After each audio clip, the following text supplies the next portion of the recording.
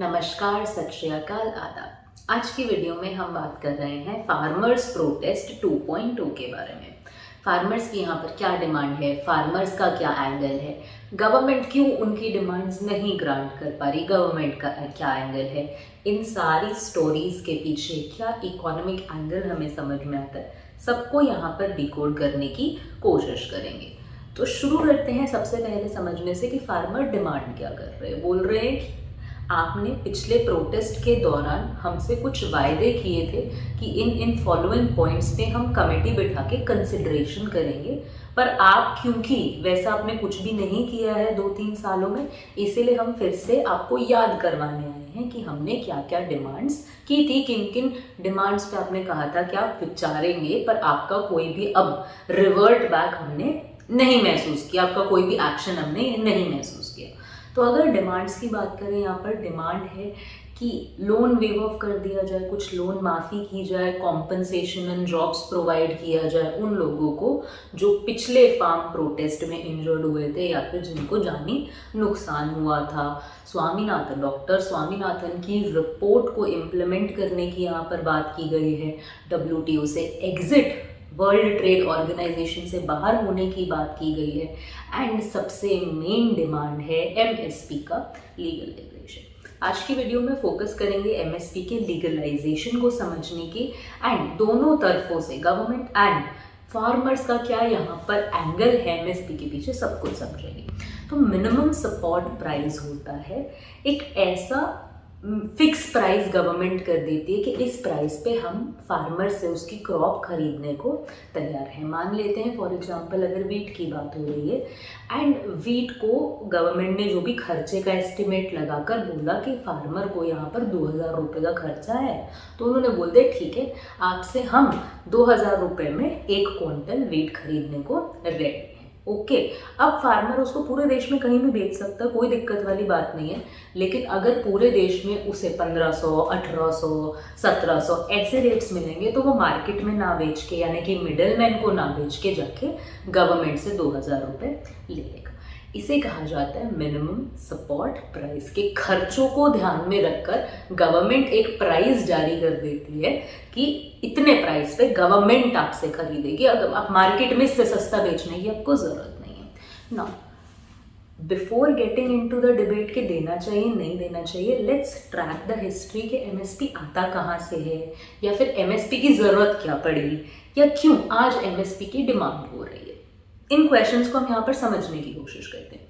तो पहले आज इंडिया में फूड ग्रेन का शॉर्टेज का सिचुएशन नहीं है। इंडिया ने 2 सालों तक का बफर स्टॉक मेंटेन कर रखा है, कोई दिक्कत नहीं है, बहुत खाना है हमारे पास। अगर 2 साल तक देश में कुछ भी उगेगा भी नहीं, फिर भी हम आराम से बैठ के खा सकते हैं। बट हमेशा से सिचुएशन ऐसे नहीं था। आज़ादी के बाद काफ़ी समय तक इंडिया में फूड ग्रेन का बहुत ज़्यादा शॉर्टेज था। इंडिया उतना खाना नहीं उगा पाता था जितना खाने के लिए चाहिए होता था, कंजम्पशन के लिए चाहिए होता था।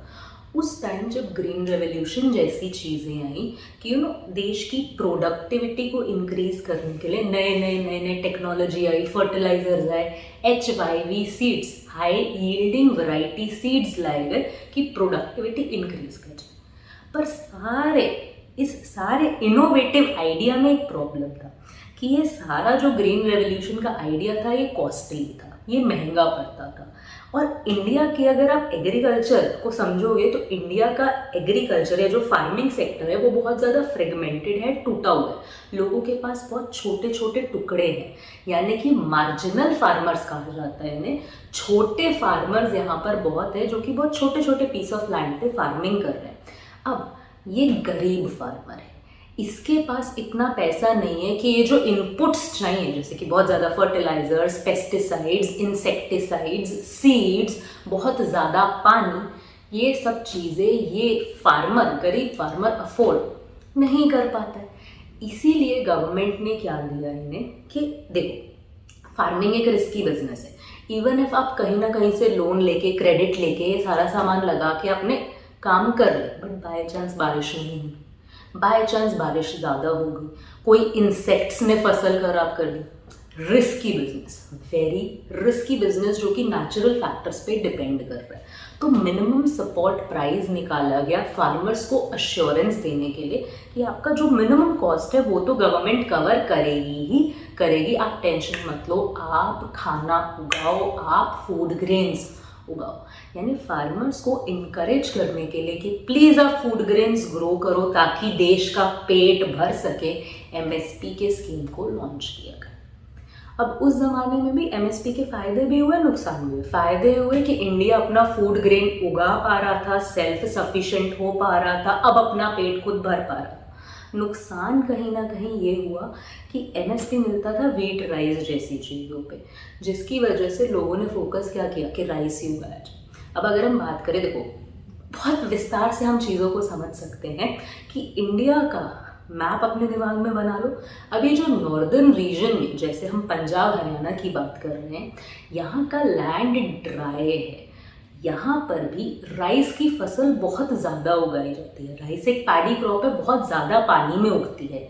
अब पानी की ज़रूरत है, राइस उगाया जा रहा है, लेकिन लैंड ड्राई, तो इन लोगों ने ग्राउंड वाटर यूज़ करना, ज़मीन का पानी यूज़ करना शुरू किया। एंड इस टाइम पंजाब में पानी का प्रॉब्लम है, हरियाणा में पानी का प्रॉब्लम है, क्योंकि हम ग्राउंड वाटर को ख़राब करते जा रहे हैं, डिप्लीट यूज़ करते जा रहे हैं, इतना ज़्यादा हम लोगों ने यूज़ कर लिया, क्योंकि ये एरिया है ही नहीं राइस उगाने का। पर क्योंकि राइस पे एमएसपी मिल रहा था, इसीलिए क्या हो गया, सब लोगों ने राइस उगाया। तो यहाँ पे आपको लोगों की साइकोलॉजी समझनी पड़ेगी कि यहाँ पे एक्चुअली हो क्या रहा है। सिंपल सी बात ये हो रही है कि एमएसपी एक गारंटी की तरह काम कर रहा है छोटे फार्मर के लिए कि तुम्हारा प्रोड्यूस खराब नहीं होगा, तुम्हारा प्रोड्यूस गवर्नमेंट खरीदेगी। गवर्नमेंट उनको एक अश्योरेंस प्रोवाइड करे। नाउ लेट्स अंडरस्टैंड कि इस अश्योरेंस की ज़रूरत क्या है। अगर आप डाटा उठा के देखेंगे तो रूरल इकोनॉमी इंडिया का उस लेवल पे डेवलप नहीं कर पाए। रूरल इकोनॉमी को, एग्रीकल्चरल इकोनॉमी को डेवलप करने के लिए सबसे ज़्यादा ज़रूरत होती है इंडस्ट्री की। अब चाइना का ग्रोथ पैटर्न उठा के देखिए, उन लोगों ने कैसे ग्रो किया। उन्होंने अपने एग्रीकल्चर वाले जो उनका एरिया था, जो इकोनॉमी थी, उसको उन्होंने सेकेंडरी में शिफ्ट किया, फिर वहाँ से टर्शरी लेकर गए। हम लोगों ने शिफ्टिंग का क्या पैटर्न उठाया, हम लोग एग्रीकल्चर से निकल के सीधा सर्विस सेक्टर में घुस रहे हैं। यानी कि हमारा जो इंडस्ट्रियल सेक्टर है वो आज भी उतना डेवलप नहीं है, जिसकी वजह से ये सारा प्रॉब्लम अराइज होता है रूरल इंडिया के अंदर, क्योंकि 65% ऑफ पॉपुलेशन रूरल बेस्ड है, लेकिन उनके पास इतना इनकम का सोर्स नहीं है कि वो अपना घर का खर्चा बहुत आसानी से निकाल के एक बढ़िया ज़िंदगी जी पाए। इसीलिए उन्हें इनकम के एक सोर्स की ज़रूरत पड़ती है। एंड इनकम के सोर्स की ज़रूरत को पूरा करने के लिए वो गवर्नमेंट की तरफ देखते हैं कि हमें एमएसपी दिया जाए। नाउ यू मस्ट थिंक कि यार कर लो ना काम, फिर कुछ और कर लो। Why to look at government for MSP, क्या ज़रूरत है कि सपोर्ट की। बिकॉज आपने रूरल सेक्टर को डेवलपमेंट पे, वहाँ के इंफ्रा पे जब तक काम नहीं किया, आप लोगों से एक्सपेक्ट नहीं कर सकते हो कि वो खुद उठ के इंडस्ट्री लगा लेंगे। एक इंडस्ट्री लगाने के लिए, छोटी सी दुकान खोलने के लिए भी हमें पैसे की ज़रूरत होती है। तो एक फार्मर अगर एक इंडस्ट्री की तरफ शिफ्ट होना चाहता है तो उसे इनकम की ज़रूरत पड़ेगी। एंड रूरल इंडिया का इनकम का अगर आप आज का भी डाटा उठा के देखेंगे, वेजेस का, जो सैलरी लोग लेते हैं उनका डाटा आप आज भी उठा के देखेंगे, तो आप रियलाइज़ करेंगे कि वो इंक्रीज करने की जगह डिक्लाइन कर रहे हैं।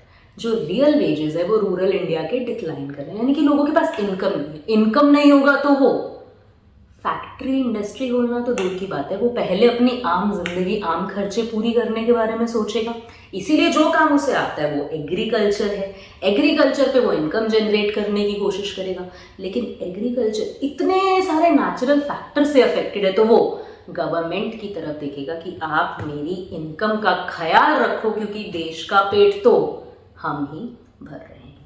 ये है फार्मर का एंगल कि हमने उनको हिस्टोरिकली बड़ा ही ऐसे किया है। रूरल सेक्टर पे हमने दूसरी चीज़ों पे काम नहीं किया। एग्रीकल्चर भी उस लेवल पे एजुकेशन हम लोगों में नहीं डाल पाए, उस लेवल पे हम यहाँ पर इनोवेशन नहीं डाल पाए कि फार्मर्स अपना इनकम खुद ब खुद डेवलप कर पाए, खुद ब खुद वो ग्रोथ की सीढ़ियाँ चढ़ पाए, जिसकी वजह से उनको आज एमएसपी जैसी चीज़ों की ज़रूरत महसूस होती है। आज के टाइम में इंडिया के रूरल सेक्टर के लिए एमएसपी बहुत क्रूशल, बहुत ज़रूरी चीज़ है, क्योंकि अगर एमएसपी नहीं मिलता है तो रूरल सेक्टर का इनकम डिक्लाइन मारता है, एंड अगर इनकम कम होगा तो वो लोग खर्चा नहीं कर पाएंगे, खर्चा नहीं कर पाएंगे, डिमांड नहीं होगा, डिमांड नहीं होगा तो रूरल इकोनॉमी डाउनवर्ड चली जाएगी, जो कि हम नहीं चाहते, क्योंकि रूरल इकोनॉमी भी तो हमारी पूरी इंडिया की इकोनॉमी का ही पार्ट है, एंड बहुत बड़ा पार्ट है, 65% पार्ट है। तो सबको हमें साथ लेकर ही ग्रो करना पड़ेगा। फार्मर का एंगल हमें समझ में आ रहा है, एमएसपी की ज़रूरत महसूस कर पा रहे हैं। Now let's move on to government का एंगल क्या है। गवर्नमेंट एमएसपी दे क्यों नहीं देती? तो आपके साथ यहाँ पर मैं 3 हेडिंग्स में इसको क्लासिफाई करने की कोशिश करती हूँ। सबसे पहला गवर्नमेंट का प्रॉब्लम है बजट का, सेकेंड प्रॉब्लम है इन्फ्लेशन का, एंड थर्ड प्रॉब्लम है मल्टीपल सेक्टर इम्पैक्ट। ब्रेकडाउन करते हैं कैसे। एस्टिमेटेड फिगर्स के हिसाब से अगर फार्मर्स जो एमएसपी मांग रहे हैं, दैट इज अभी भी अगर हम करंट सिचुएशन की भी बात करें तो 23 क्रॉप्स पे एमएसपी दिया जा रहा है, बट इफेक्टिवली 2 पर ही दिया जा रहा है। नाउ अगर गवर्नमेंट बोलती है कि ठीक है हम लीगल एमएसपी प्रोवाइड करेंगे, मतलब गवर्नमेंट के लिए एक रूल बन जाएगा कि उनको परचेज करना ही करना पड़ेगा, कंपल्शन हो जाएगा। अभी कंपल्शन नहीं है, अभी जो 23 क्रॉप्स पे एमएसपी दिया भी जा रहा है, दैट इज सजेशन। जो कमेटी बनाई हुई है क्रॉप्स एंड प्राइजेस को लेकर, वो सजेस्ट करती है हर साल कि इन क्रॉप्स पे इतना इतना एमएसपी दे दीजिए, एंड गवर्नमेंट मान भी सकती है, नहीं भी मान सकती, कम भी खरीद सकती है, ज़्यादा भी खरीद सकती है। लेकिन अगर लॉ बन गया फिर गवर्नमेंट के लिए वो क्या हो जाएगा, कंपल्सरी हो जाएगा। तो पहला प्रॉब्लम आएगा बजट का। कह रहे हैं कि जो इंडिया की गवर्नमेंट का टोटल बजट है उसमें से 85% एमएसपी देने में ही चला जाएगा। प्रॉब्लम बजट का इतना बड़ा हिस्से का जब आपको डिसीजन लेना है तो आपको 4 बार सोचना पड़ेगा।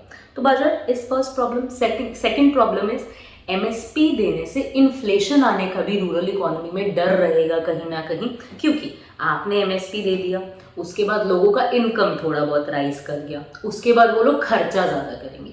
अगर खर्चा करेंगे तो उनको सामान की ज़रूरत पड़ेगी, यानी कि डिमांड को सप्लाई की ज़रूरत पड़ेगी, एंड इन केस वो सप्लाई उतना नहीं हो पाया जितना डिमांड है तो महंगाई आ सकती है देश में। इन्फ्लेशन का सिचुएशन रूरल इकोनॉमी में देखने को मिल सकता है, मिनिमल इन्फ्लेशन का।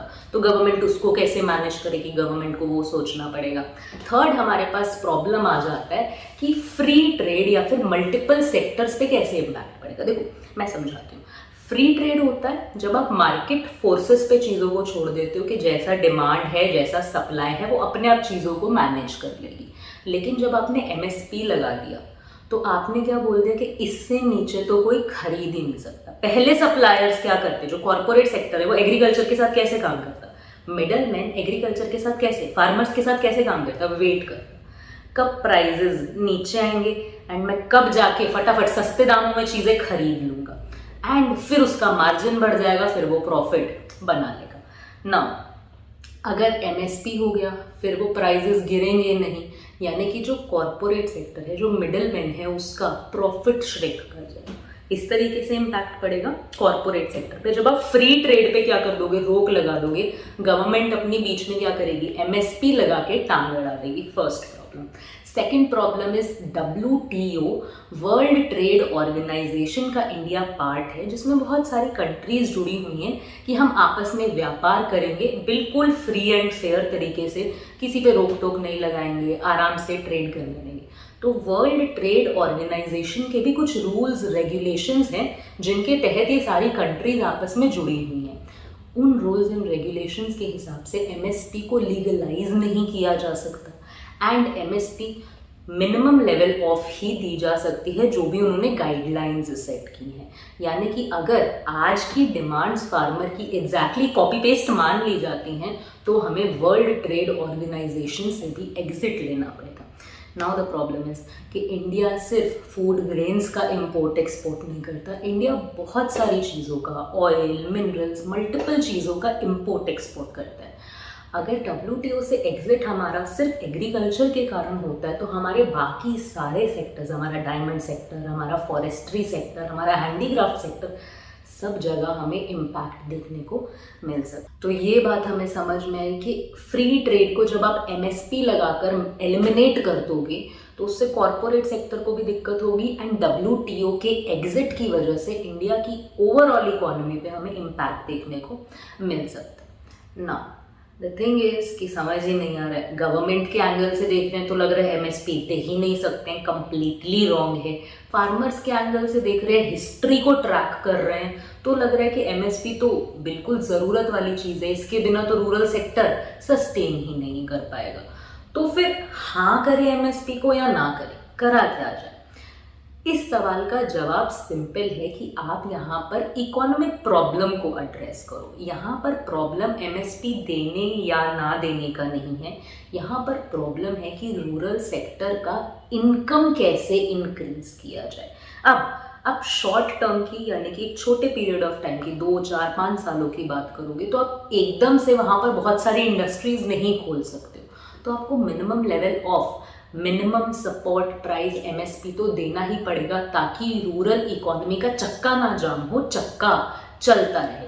लेकिन अगर हम लॉन्ग रन में बात करें तो प्रॉब्लम का सॉल्यूशन MSP नहीं है, प्रॉब्लम का सॉल्यूशन है कि गवर्नमेंट एंड रूरल एरिया का फार्मर साथ मिलकर काम करे एंड बैकयार्ड इंडस्ट्रीज डेवलप हो, छोटी छोटी इंडस्ट्रीज, उद्योग लगाए जाएं जिससे लोग अपनी इनकम इंक्रीज कर सकते हैं। वही एक बेस्ट ऑप्शन है जिससे हमारा रूरल सेक्टर एक्चुअली ग्रो कर सकता है, फार्मिंग कम्युनिटी एक्चुअली एक अच्छे लिविंग स्टैंडर्ड वाली जिंदगी जी सकती है। आपके क्या विचार है इस पे? Feel free to share with us in the comment section.